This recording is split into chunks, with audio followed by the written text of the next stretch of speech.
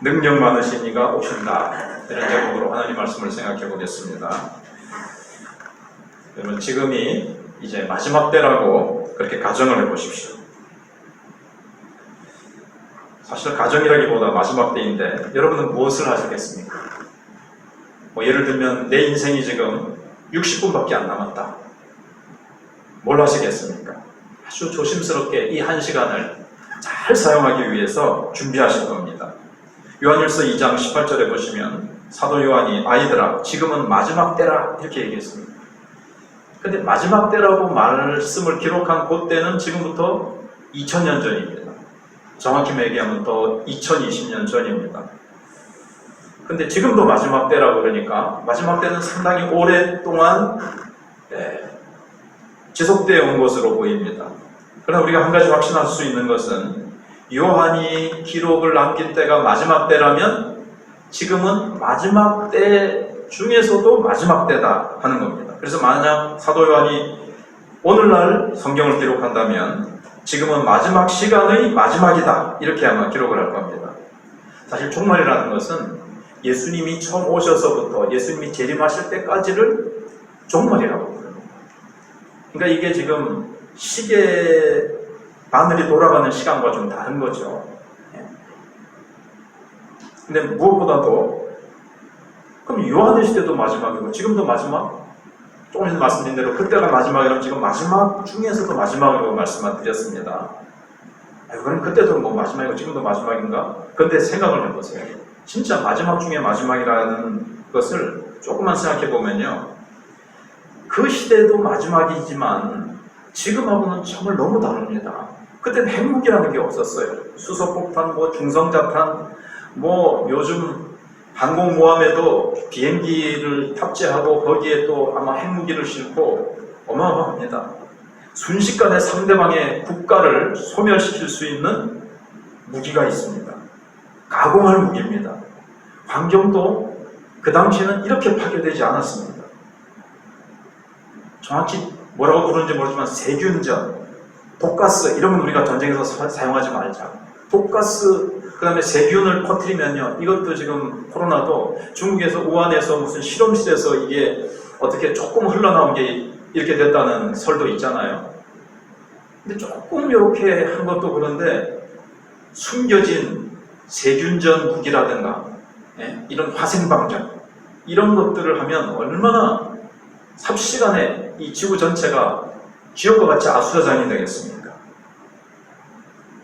나라마다 무시무시한 전쟁 무기를 만들고 준비를 하고 있습니다. 이런 모든 것들을 볼 때에도 기후변화를 볼 때에도 마지막 중에 마지막입니다.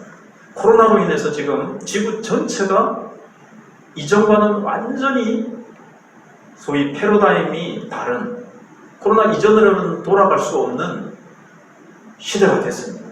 정말 시간이 멈추고 모든 일상생활이 달라지는 지금까지 예상하지 못했던 이런 일들이 벌어졌는데 지금 이후로는 더 어떤 일들이 지구상에 벌어지게 될지 모르는 거예요. 그래서 우리가 한 2주 전에 생각해 본 대로 이제 우리의 구원이 처음 믿을 때보다 가까웠다는 사실은 분명합니다. 주님의 오심이 하루하루 점점 더 가까워지고 있다는 것은 맞습니다. 그래서 우리가 주님이 오시는 때가 종말이거든요. 종말의 때에 관심을 가진다면 그러면 나의 남은 전 삶을 이 마지막 종말의 때에 관점으로 바라보고 그에 따라 살아가야 된다는 거예요. 여러 번 말씀드려서 죄송합니다만 저는 이제 생각을 해보니까 은퇴가 9년 남았어요. 저는 9년에 맞추어서 요즘 일기도 쓰고 계획도 세우고 기도도 합니다. 그 뒤에도 계속 주의 일을 하겠지만 그래도 제가 이렇게 목사직으로서 마천교회에서 사역할 수 있는 기간은 9년 남았기 때문에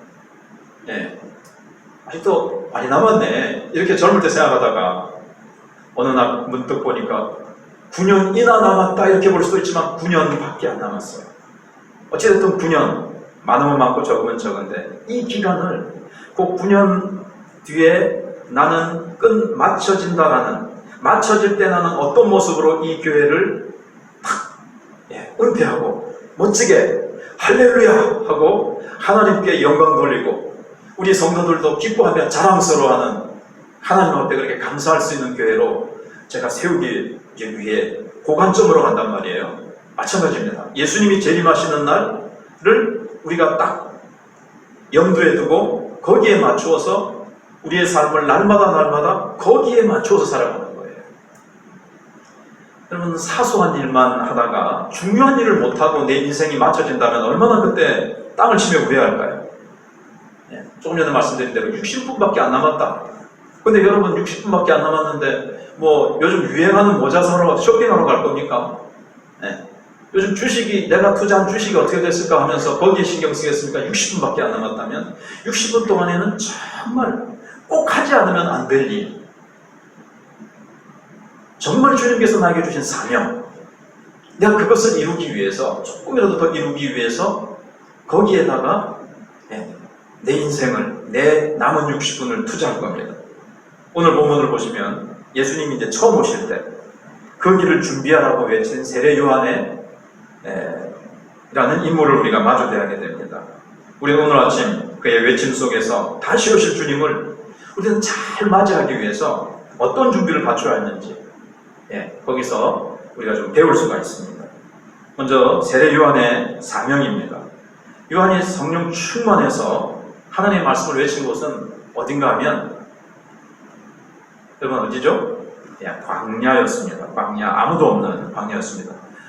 이왕이면 도심지 한복판에서 멋지게 외치면 많은 사람들의 관심과 주목을 끌으면서 효과적으로 하나님의 말씀을 전할 수 있을 것 같은데 아무도 없는 광야란 말이에요. 물론 상인이나 나그네들이 좀 지나가긴 합니다. 처음에는 한 명, 두 명 지나간 사람에게 개인 전도를 했을 것 같아요. 개인적으로 말씀을 전했지만 소문에 소문을 타고 많은 사람들이 이제 몰려오는 겁니다. 왜 광야에서 전했는가?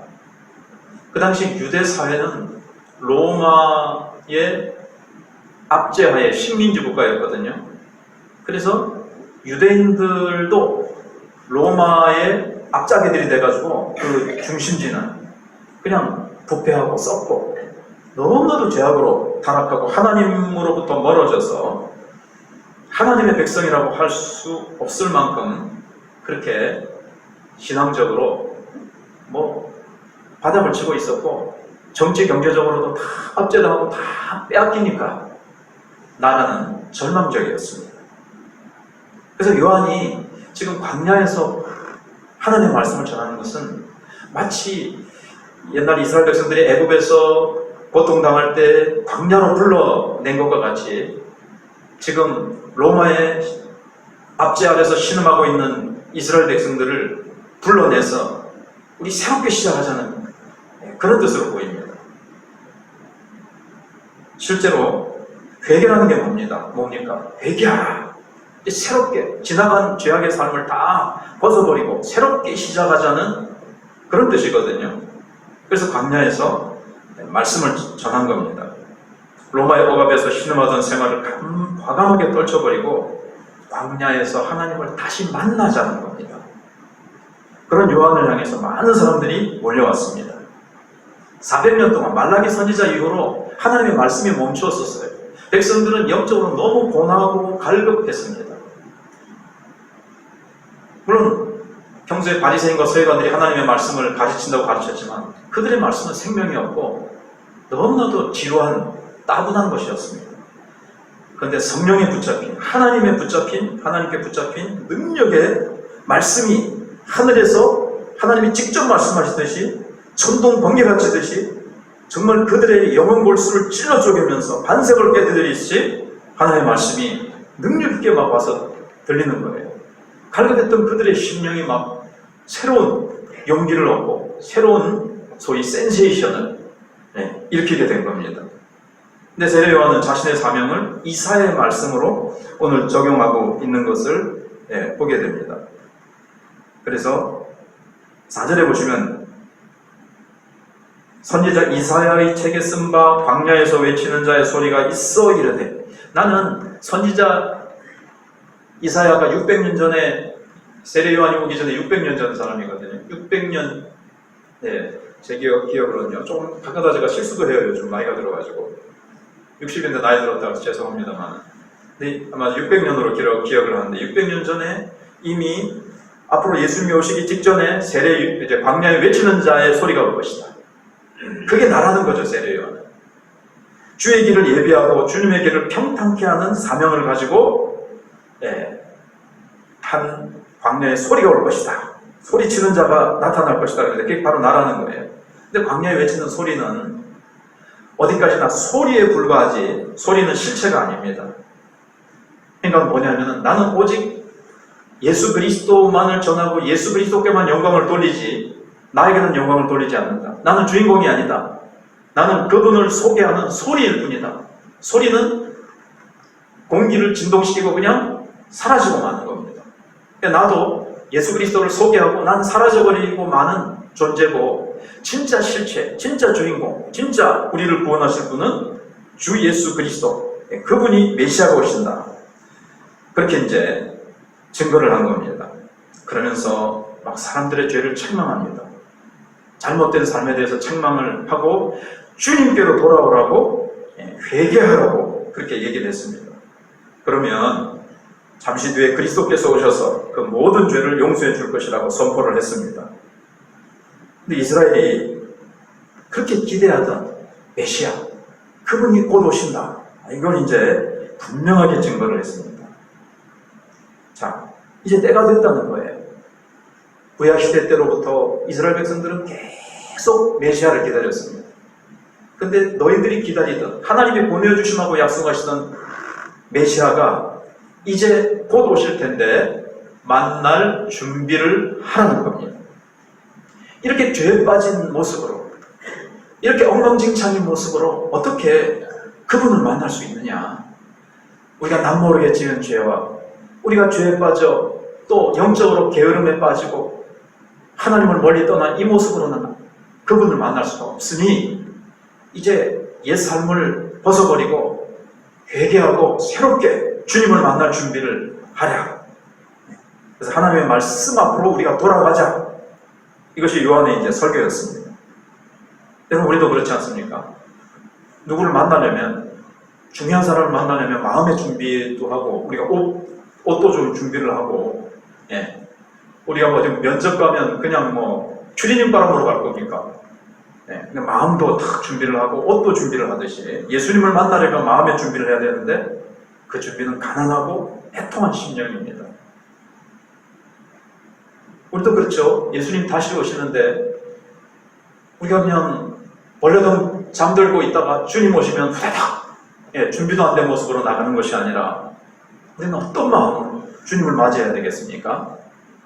어떤 삶을 살다가 주님 오늘 저녁 오시더라도 부끄럽지 않게 예수님 어서 오이소 이렇게 할 수 있도록 기다렸습니다. 그렇게 할 수 있도록 우리가 이제 준비를 해야 되겠다는 거죠. 이제 두 번째는 세례 요한이 외친 메시지는 방금 말씀드렸지만 죄사함을 얻게 하는 회개의 세례였습니다. 그러면서 구체적인 삶의 결단을 촉구했어요. 회개하라, 회개하라. 그러니까 사람들이 와가지고 회개가 어떻게 하는 겁니까? 세례 요한이 막 외치니까 이제 세례 요한이 어떻게 보면 그들에게 소명을 안겨다 주는 거죠. 회개는 어떻게 해야 됩니까? 이렇게 물어볼 때, 세례 요한이 이제 첫 번째 때 하신 말씀은요, 7절에 좀 무서운 말씀을 하죠. 요한이 세례받으러 나오는 무리에게 이르되 독사의 자식들아, 누가 너희에게 일러 장차 올 진노를 피하라 하더냐? 그러므로 회개에 합당한 열매를 맺고 속으로 아브라함이 우리 조상이라 말하지 말라. 내가 너희에게 이르노니 하나님이 능히 이 돌들로도 하나님의 자손이 아브라함의 자손이 되게 하시리라. 오늘 주보를 보셔야 돼요. 앞에는 준비를 좀 못했는데.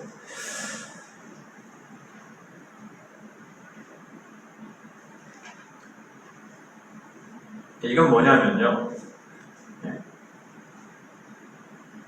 컴퓨터가 잘못 만나가지고 단번에 맨 끝 페이지로 가버렸는데, 지금 독사의 자식들아 이거는, 나는 뭐 구원받았다. 나는 믿음의 가정에서 태어나서 나는 구원받았으니까, 나는 상관없고, 회개할 필요도 없고, 나는 뭐 구원은 따놓은 당상인데 뭐, 이런 사람이에요. 그냥 구경하러 나온 거예요. 그들을 향해서 세례 요한이 뭐라고 외쳤는가 하면 독사의 자식들아, 누가 장차 이 말 진노를 네가 피하라고 하더냐, 이렇게 얘기를 하는 겁니다.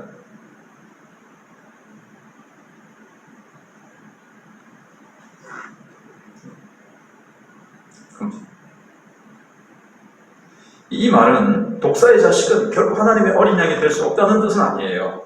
유대인들은 조상들의 신앙으로, 내가 아브라함의 혈통에서 태어났으니까, 나는 유대인으로 태어났으니까 나는 자동적으로 태어날 때부터 천국 백성이고 나는 천국 백성으로 살다가 천국으로 들어갈 거다, 이렇게 착각하고 있는 거예요.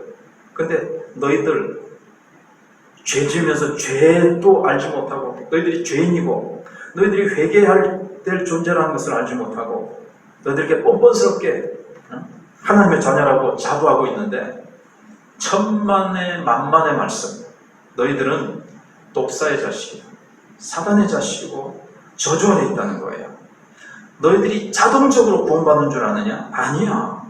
속으로, 여기 뭐라 그랬죠? 8절에 속으로 아브라함이 우리의 조상이라 말하지 말라. 이 말이, 나는 아브라함의 자손이니까, 우리 조상이 아브라함이니까 나는 당연히 천국까지, 나는 하나님의 백성이지, 하나님의 축복받지, 아니라는 겁니다. 너희들 그렇게 착각하고 있다는 거예요. 그래서 혈통적으로 아브라함의 후손으로 태어났다고 해서 구원받는 것이 아니라, 아브라함과 같은 믿음, 아브라함과 같은 순종을 해야 아브라함의 자손이라는 거예요. 네, 아브라함과 같은 하나님만 믿는 믿음이 있어야 된다는 거예요. 하나님이 원하시면 이 돌들로도 아브라함의 자손을 만들 수 있다는 겁니다. 그냥 혈통적으로 아브라함의 자손이 됐다는 것은 그냥 저 돌들하고 똑같다는 거예요. 구원하고 전혀 상관이 없다는 거죠. 여러분, 조상의 신앙으로, 부모의 신앙으로 내가 구원받는 거 아닙니다. 아시겠지만 각자 내 신앙으로 내가 구원받는 겁니다. 김 선생님, 우리 교회 나와서 같이 구원받읍시다. 제 아내가 열심히 다니는데요, 아내가 천국 갈 때 제가요 치맛자락 붙들고 가면 됩니다. 미안하지만 안 되는 거 아시죠? 천국은 각자 자기의 개인으로 천국 가는 겁니다. 그래도 우리 아내가 대표를 믿었으니까 대표로 들어가고 우리는 따라 들어가면 안 되겠습니까? 아닙니다. 천국에 들어갈 때 대표만 들어오십시오. 그렇게 합니다. 그런 얘기가 있죠. 각자 신앙으로 내가 구원받는 거예요. 그냥 믿음의 가정에 태어났으니까, 뱃속에 있을 때부터 엄마 따라서 그냥 교회 다니고 주일학교 가기 싫은데 그냥 억지로 다니는 거예요. 그냥 교회만 왔다 갔다 하면서 정말 그 신앙의 내용을 알지 못하면 구원받을 수가 없어요. 얼마나 많은 사람들이, 제가 어릴 때 교회 다녔습니다. 그런데 커가지고는 예수가 누군지, 구원은 어떻게 받는지 몰라요. 그러면 구원받을 수 없는 거예요.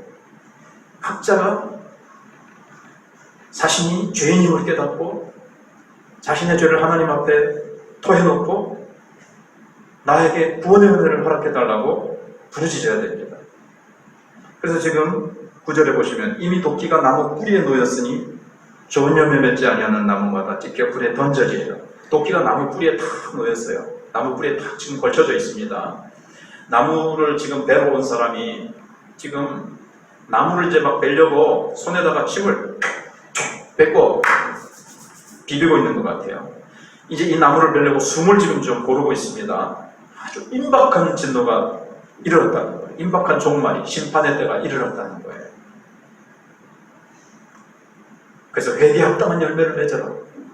그래서 하나님의 천국 창고에 들어가게 될지, 그렇지 않으면 너희들이 회개하지 않냐고 계속 죄악의 열매를 맺으면 너희는 찍혀 던지운 불에 던져진다. 나중에 이제 17절의 말씀에 또 이 심판에 대해서 이제 말씀을 이제 하는데, 여기서 잠깐 그럼 나중에 잊어버릴 수 있으니까는 세례 요한의 이제 그 초점과 예수님의 초점이 좀 달라요. 세례 요한은 지금 이렇게 심판을 막 강조하죠. 17절에서도 손에 키를 들고 예수님이 오셔서 하시는 일이 자기의 타작마당을 정하게 하사 알곡은 모아 곳간에 들이고 쭉정이는 꺼지지 않는 불에, 지옥불에 던져버리신다는 거예요. 심판하러 오시는 예수님. 맞습니다. 예수님은 심판하십니다. 16절에서는 성령과 불로 세례를 베푸시는데, 이건 이제 구원하시는 거죠. 그리고 알고 뭐 꽃관해드리고. 이것도 이제 구원이에요. 예수님이 이 땅에 재림하셔서 예수 그리스도를 믿고 예수 그리스도를 영접한 자들은 구원받아 천국으로 들여보내시고, 예수 그리스도를 거부하고 예수 그리스도의 십자가의 그 구원의 은혜를 믿지 않은 자들은 심판하시는 거예요. 근데 세례 요한은 예수님이 처음 오신 걸 초림이라 그러잖아요. 첫 번째 오셨을 때 심판하는 줄 알았어요. 이게 이제 세례 요한의 어떤 오해가 있었어요. 근데 예수님은 처음 오시고 또 재림하시자 두 번째 오시잖아요. 처음 오신 것은 왜 오셨죠? 심판하러 오신 것이 아니고 구원하러 오신 거예요. 십자가를 지시고 무덤을 깨뜨리시고 사망을 정복하시고 부활의 주, 생명의 주가 되시기 위해서 이 땅에 오신 거예요. 그리고 두 번째 오실 때는 복음을 받아들인 자들은 구원하시고 복음을 믿지 않는 자들은, 악인들은 심판하시기 위해서 이제 오시는 거예요. 그런데 예수님의 이 두 번 오심을 세례 요한은 모르는 거죠. 구약시대 때 선지자들은 잘 그걸 헷갈려 했어요. 이거는 또 다음에 기회가 있으면 자세히 설명드리기도 하고. 그렇기 때문에 세례 요한이 감옥에 갇혔을 때 이상하게 예수님께서 복음 전하시고 병자들을 고치러 다니시기만 하니까 오실 분이 당신입니까? 아니면 우리가 또 다음에 오실 분을 기다려야 됩니까? 당신은 아직 메시아가 아니고 진짜 메시아는 다음에 오시는 것입니까? 이렇게 물어보잖아요. 왜냐하면 예수님이 오셔서 당장 심판하셔서 자기를 가둔 헤롯 왕을 심판하시고 의를 위해서 헌신했던 자신과 의인들을 다 불러 모으셔가지고 구원하실 줄 알았는데 예수님은 심판하시지 않고 않으시는 거예요. 근데 그것은 예수님이 재림하실 때 심판이 가해지는 겁니다. 세례 요한이 그걸 몰랐고 세례 요한은 예수님이 오셔서 구원도 하시고 심판도 하시는 줄 알았어요. 그래서 막 세례 요한은 회개하라. 그러면 살고 그렇지 않으면 너희들이 지옥 간다. 심판받아 멸망한다. 막 이렇게 외쳤는데 나중에 오늘 본문은 아니지만 예수님의 행적을 마태, 마가, 누가, 요한을 다 읽어보시면 예수님이 오셔서 어떻게 하셨어요? 예수님은 수고하고 무거운 잔세라 다 내게로 오라.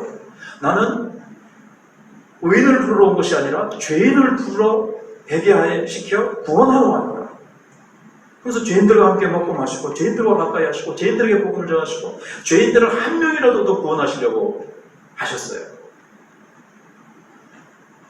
그러면서 그걸 이제 제가 말씀을 드리고, 제가 어떤 말씀을 드리다가 잠깐 멈춰서 이 말씀을 드렸냐면은 회개하는 게 어떻게 하는 겁니까? 어떻게 하면 회개를 할 수 있습니까? 라고 이제 물어보는 자들에게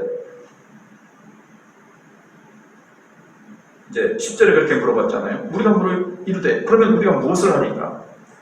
11절에 대답하여 이르되 옷 두 벌 있는 자는 옷 없는 자에게 나눠줄 것이요. 네 혼자 욕심만 차리고 네 배만 채워서 살지 말고 이웃과의 관계에서 불쌍하고 없는 자들에게 나눠주면서 사람을 나누는 삶을 살아라. 먹는 것이 있는 자도 먹는 것이 없는 자에게 나눠주라 그랬습니다. 세리들도 물어보니까 세례를 받고자 하여 와서 선생님 우리는 무엇을 하니까? 부과된 것 외에는 거두지 말라. 로마 정부에서 이제 세금을 걷어가는데 그 규정이 있겠죠. 근데 그 규정 외에다가 자기가 딱 챙기려고 10만원 세금이 떨어졌는데 20만원 그래가지고 10만원은 자기가 탁 먹고 10만원은 로마 정부에 갖다 바쳤단 말이에요. 부과된 것 외에 더 얹어가지고 그렇게 하지 마라. 자기 월급이 있을 거 아니에요. 좀 부족해도 그거 가지고 살지. 다른 사람들도 다 소위 띵땅도 치고 다 그렇게 불법을 행해가지고 거짓된 방법으로 잘 먹고 잘 살고 그렇게 하는데 그렇게 하지 마라. 주어진 것이 적을지라도 거기에 만족하고 거기에 감사하면서 살아라. 군인들이 물어 이르되 14절에 우리는 무엇을 하니까? 사람들에게 강탈하지 말며 사람들을 막 괜히 때리고 가지고 내놔 이렇게 하지 말고 거짓으로 고발하지 말고 받는 급료를 족한 줄로 알라. 요즘 우리나라는 뭐 군인들도 급료가 뭐 괜찮죠. 근데 옛날에는 박봉이었고 로마 시대 때 아마 군인들의 급료는 진짜 박봉이었는가 봐요. 그래도 그걸로 족한 줄로 알지 힘들다고 막 다른 사람 거 강탈해서 억지로 빼앗고 거짓된 방법으로 백성들의 그 벼룩이 간을 내먹듯이 그렇게 하지 마라 이렇게 얘기를 하고, 다 이게 뭐냐면은 일단은 윤리적인 삶이에요. 윤리적인 삶의 결단을 내리라고 촉구를 했어요. 근데 문제는 여러분, 윤리적인 결단을 내린다고 해서 이게 참 좋은 것이고 이렇게 사람이 변화되어야 되지만 아직 구원받은 단계는 아니에요. 이게 영원한 생명을 얻은 단계는 아니에요. 세례 요한의 세례, 요한의 세례의 수준이 뭔지 아세요? 그냥 회개하고 내 죄를 이제 주님 앞에 깨닫고 뉘우치면서 구원받기를 사모하는 그런 수준이에요. 사도 바울이 사도행전에 보시면 전도하러 다니다가 에베소 지역에 왔는데 막 기도하면서 신앙생활하는 무리들이 있어요. 근데 그들에게 물어봤어요. 그러니까는 너희가 믿을 때 성령을 받았느냐? 그러니까 성령을 있음도 듣지 못했다. 그럼 너희가 뭐 받았느냐? 세례 요한의 세례를 받았을 뿐이다. 그랬어요. 세례 요한의 세례까지는 들었어요. 곧 예수님이 오신다. 회개하고 내 죄를 토해놓고 내가 죄인이라는 것을 인정하고 예수 그리스도를 내가 믿고 구원받을 준비를 해라. 요 단계까지 하는 거예요. 그래서 지금 유대인들이 이게 세례 요한이 외친 거는 아직 지금 막 삶을 바꾸어라. 이것이 참 중요하지만 이것이 완전히 구원받는 단계는 아니라는 거예요. 아직 생명을 얻는 단계는 아닙니다. 이 단계, 윤리적인 결단 자체가 완전한 하나님의 자녀로 만드는 것은 아니라는 거예요. 준비 단계라는 거죠. 세례 요한을 준비시키는 지금 단계입니다. 여러분, 세상에도요, 예수 믿지 않는 사람들이요, 예수 믿는 사람보다 더 거짓말 더 적게 하고, 더 깨끗하고, 순수하고, 정직하고, 법을 잘 지키고, 저 사람 법 없어도 살겠다. 뭐 이런 사람들도 있어요. 그죠? 근데 그렇게 하면, 그렇게 윤리적으로 깨끗한 삶을 살면 천국 갑니까? 착하게 살면? 그럼 예수 믿을 필요 없고, 예수님도 이 세상에 오실 필요 없죠? 너 깨끗하게 착하게 잘 살아라. 근데 아무리 깨끗하게 잘 살아도 죄 없는 자가 어디 있습니까? 그걸로는 우리 죄를 우리가 구원받을 수가 없는 거예요. 죄에서 빠져나올 수가 없어요. 사단의 소나기에서 우리는 빠져나올 수가 없습니다. 죄의 사슬에서 빠져나올 수가 없고 사망 권세에서 빠져나올 수가 없습니다. 어떻게 되냐면 바로 세례 요한이 그래서 이제 외치게 되는 거죠. 그래서 15절에 백성들이 소망을 가지고 기다리면서 모든 사람들이 야, 저 세례 요한이 혹시 그리스도가 아닌가? 그 정도로 말씀이 강력했고 그 정도로 참 사람들에게 은혜를 끼쳤어요. 그렇지만 세례 요한은 그들의 기대를 거절했습니다. 그들의 기대를 실망시켰어요. 16절에 보시면 요한이 모든 사람에게 대답하되 나는 물로 너에게 세례를 베푸거니와 나보다 능력 많으신 이가 오시나니 나는 그의 신발끈을 풀기도 감당하지 못하겠노라. 그는 성령과 불로 너에게 세례를 베푸실 것이요 그랬습니다. 자, 두 가지 차이점이 있다는 거예요. 나는 물로 세례를 준다. 예수님은 불로 세례를 주신다. 물과 불, 얼마나 대조적입니까? 나는 그분의 신발끈을 풀고 매는 자격도 없다. 옛날에 가장 낮은 종이 주인의 신발끈을 풀고 매는 그런 일을 했는데 나는 그 축에도 끼지 못한다. 자기는 피조물이고 예수 그리스도는 모든 만물의 주가 되신다는 거예요. 그 정도로 차이가 있다고 얘기를 했습니다. 그러면서 예수님은 불과 성령으로 세례를 주실 것이다 그랬습니다.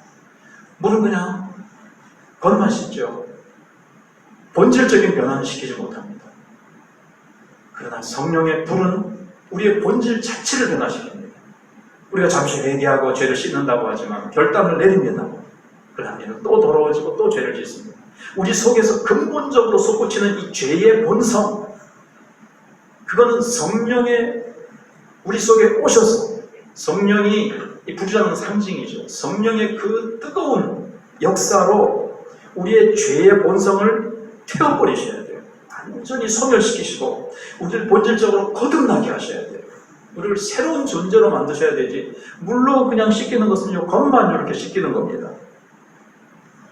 그런데 불이라는 것은 성령의 불이라는 것은 우리 존재 자체를 완전히 하나님의 자녀로 만드시고 우리 속에 있는 죄의 본성을 태워버리시고 이제는 하나님을 사랑하고 죄는 미워지고 완벽해지는 건 아니에요. 하루아침에 예수님이 재림하시는 날 완벽해진다는 걸 배웠죠. 그러나 죄가 미워지고 하나님을 기쁘시게 해드리고 싶고 내가 의를 행하면서 하나님 나라를 위해서 살고 싶은 마음이 그 속에서 불같이 일어나게 되는 거예요. 불같이 일어나게 되는 거예요.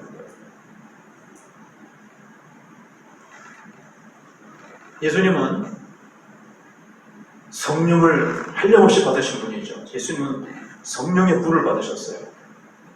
그래서 고난도 어떻게 하셨냐면요. 예수님이 예루살렘으로 십자가를 지러 올라가실 때 마가복음에 보시면요. 제자들 제일 앞에 서서 예수님이 저녁 걸어가셨습니다. 제자들이 보고 두려워서 놀랐다고 그랬습니다.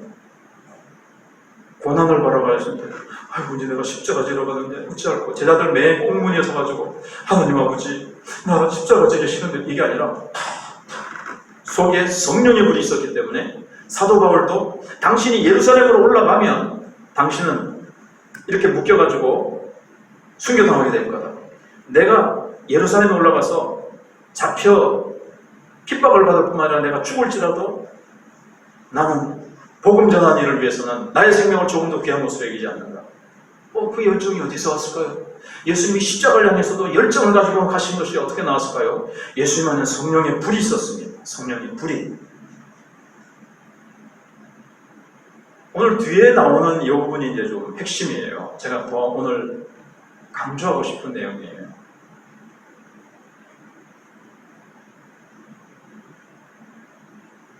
예수님이 그리고 나서 예루살렘에 올라가셔서 성전에 들어가시니까 돈 바꾸는 자들하고 성전에서 매매하는 자들이 막 시끄럽게 막 돈 바꾸는 소리 뭐 이거 사세요 저거 사세요 시장통이 돼버렸어요.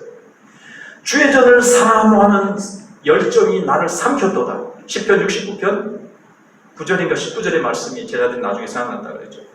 예수님은 주의 성전을 사모하는 마음, 하나님을 사랑하는 마음으로 불을 끓고 있었어요. 불이 타고 있었어요.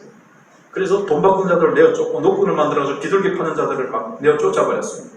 그래서 짱그랑거리는 성전 안에서의 소리, 장사떼들의 소리를 잠잠히 만들어버렸습니다. 무엇이요? 예수님의 그 분노는 사람들이 두려워서 다 도망가 말았습니다. 주님을 사랑하는 열정이 우리를 삼킬 정도로 주님의 몸된 교회를 사랑하는 열정이 내 남은 생애를 고난으로 다 주님 앞에 드려도 될 정도로 그 열정은 어디서 나올까요? 예수님이 뭘 주시려요? 불로 세례를 주시기 위해서 오셨다고. 여러분 성령이 불과 같이 임하셔야 됩니다. 도끼가 나무 뿌리에 놓였다는 것은 심판이 임박했다는 거예요. 정말 심판이 임박했습니다. 코로나의 이 사태는 이제 어떻게 보면 이제 마지막 때에 진짜 뭔가 탁 열리는 것 같지 않습니까? 정말 지금까지 왔던 다른 주님의 재림이 정말 임박했고 우리가 지금까지 살았던 것과 같이 살아서는 안 되고 이제 정말 시간이 60분밖에 안 남았다는 그런 임박하고 긴장된 마음으로 살아야 될 것을 얘기해주고 있는데 우리 입으로는 안 되는 거죠. 성령의 불. 네. 여러분 새벽 기도를 쭉 이렇게 보시고 하시면서 레위기를 보면서 꺼뜨리지 말아야 될 게 있죠. 번제단에 불을 꺼뜨리지 말아야 돼요. 불을. 하나님이 위로부터 보내신 불입니다. 이건 성령을 얘기해요. 오순절날 성령이 불과 같이 120명의 기도하는 무리들에게 임하셨습니다. 하나님이 우리에게 원하시는 것은 우리에게 성령을 주시는 거예요. 여러분 인생은요, 사람은 지음받기를 열정 없이는 살 수 없게 돼 있어요. 불신자들도요, 사업을 하는 사람들은 그렇게 정열적으로 돈을 벌기 위해서 자기의 사업을 확장시키기 위해서 그렇게 정열적으로 살아갑니다. 사람은 뭔가에 하나 미친 듯이 무엇인가에 집중하도록 하나님이 그렇게 지으신 것 같아요. 근데 아무런 목표도 없고 정말 인생에 있어서 할 일도 없고 무료하고 그러면요, 이 사람들이 인생은 살맛이 안 나는 거죠. 바쁘다 바빠. 정말 좋은 일로 꼭 바쁜 것이 좋은 것은 아닙니다만 아무튼 이렇게 할 일이 있고,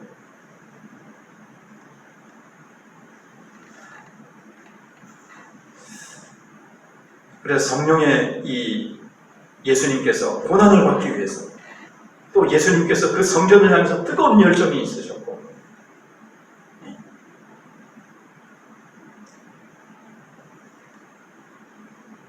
임박한 심판이 이르렀고요. 지금 17절에서도 손에 키를 들고 자기의 타작마당을 정하게 하사 알고 근무하고 꺼내드리고 쭉정이는 꺼지지 않는 불에 태우시는 그 시간이 임박했다는 거예요. 제가 처음 서론에 말씀드립니다. 그럼 어떻게 해야 되겠습니까? 예수님의 오심을 준비하는 세례 요한이 뭘 했습니까? 광야에서 외쳤습니다. 예수님의 오심을 준비하라고. 우리는 어떻게 준비해야 됩니까? 우리도 세례 요한과 같이 광야에서 외쳐야 됩니다. 예수님이 오십니다. 예수님이 오시는데 예수님을 영접하면 당신은 천국 복강으로 들어가게 될 것이고 구원받아 영원한 하나님의 자녀가 되어서 영원한 천국의 복락을 누리게 될 것입니다. 당신이 그리스도를 믿지 않으면 심판이 있다는 것을, 무슨 예수님의 구원이 있다는 것 정적으로 긍정적으로 좀 전해야 되겠죠.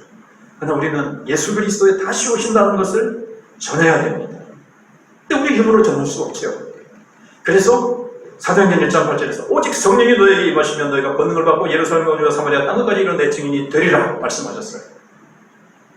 계십종 앞에서도 예수님을 부인하던 겁 많고 용기 없던 베드로를 비롯해서 제자들이 성령의 불을 받자 그들의 마음이 뜨거워서 견딜 수가 없어서 나가서 복음을 외칠 때에 3,000명이 회개하고 돌아오는 역사가 일어났습니다. 누구의 능력입니까? 사도 베드로의 능력입니까? 베드로 안에 있는 성령의 불이 베드로를 그렇게 뜨겁게 만든 것처럼 우리도 이 죄악 많은 세상에서 죄에 져서 맨날 찌질이로 영적으로 살 것이 아니고 우리가 영적으로 뜨겁게 복음을 전하며 죄를 이기며 우리가 승리하면서 살아갈 수 있는 비결은 예수님이 주셨어요. 불로 세례를 주실 것이요. 예수님이 오셔서 불로 세례를 주셔서 우리를 죄악에서 구원하시고 우리 속에 있는 죄의 본성을 태워버리시고 우리 속에 하나님을 사랑하고 의를 사랑하고 하나님의 나라를 위해서 일할 수 있는 성령의 은사, 성령의 불을 주셨어요. 성령의 불을 받은 베드로와 사도들이 나가서 복음을 전하니까 회개하고 빌립 집사가 나가서 사마리아에 가서 복음을 전하니까 그들에게 붙었던 귀신이 쫓겨나가고 병이 났고 그 성에 큰 기쁨이 넘쳤습니다. 예수님이니까요. 예수님. 이게 오늘도 18절에 보니까 또 그 밖에 여러 가지로 권하여 백성에게 좋은 소식을 전하였어. 좋은 소식. 우리는 좋은 소식을 가지고 있는 자들입니다.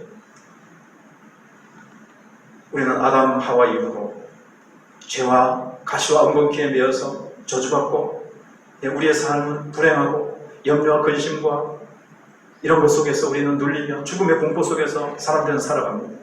이 생에 참된 만족과 삶의 목표가 없이 그렇게 사람들은 부어라 마셔라 쾌락 가운데 살아가고 마약에 젖어서 살아가고 사단에게 사로잡혀 지옥으로 끌려가고 있습니다. 지옥으로 끌려가고 있습니다.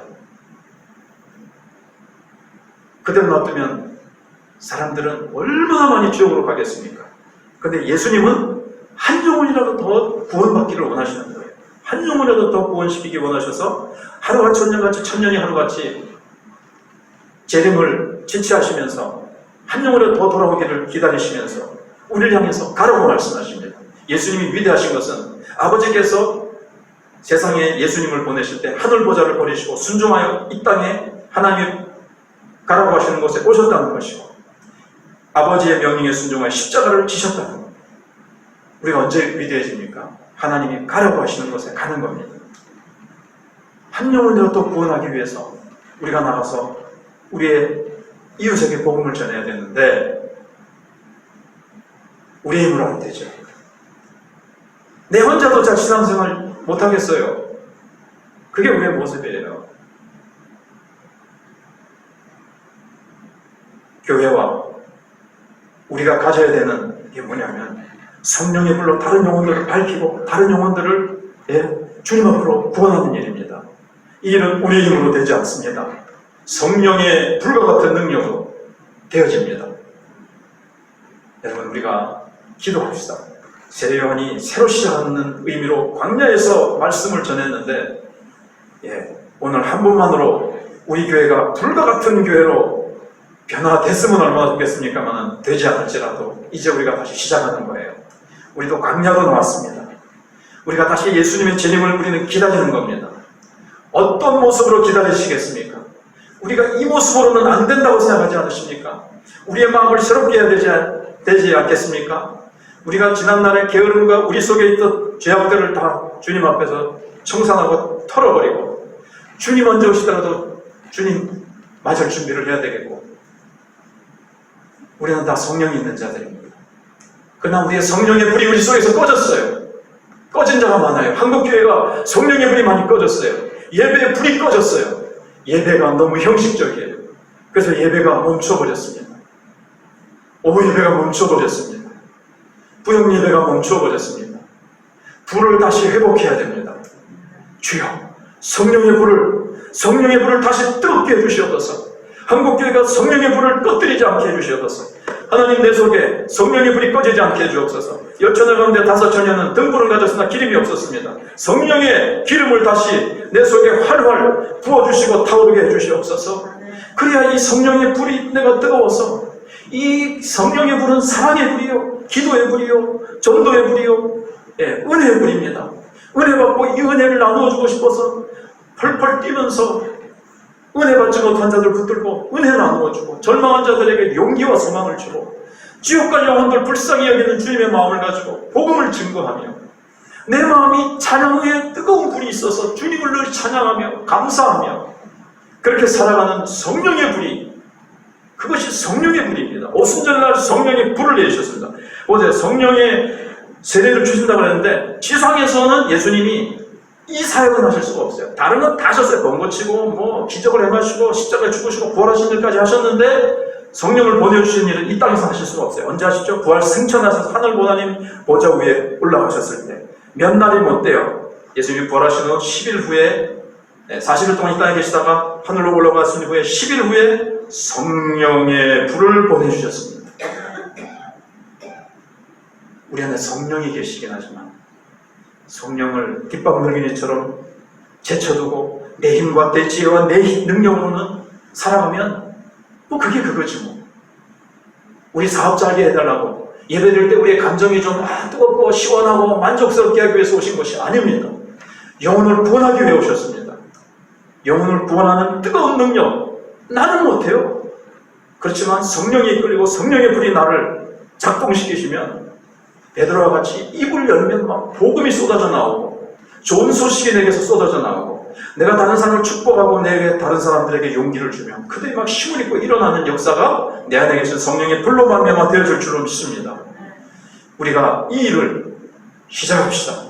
하나님, 주님이 오실 때가 너무나도 가까운 것을 느끼는데, 주님, 내가 사소한 일에 인생 낭비하지 말고 중요한 사명이 무엇입니까? 사명을 따라 살아가고 죄를 이기며 거룩한 삶을 살게 하는 성령의 불이 내 속에 뜨겁게 타오르게 해달라고 우리 기도하며 주님 앞에 나아가도록 하겠습니다. 하나님, 그렇습니다. 세례 요한은 물로써 세례를 주지만 하나님, 우리가 회개하는 것이 필요하고, 우리의 삶을 단정히 하고 우리가 윤리적으로 나누지 못했던 이기적인 삶들을 우리가 새롭게 해야 되겠지만,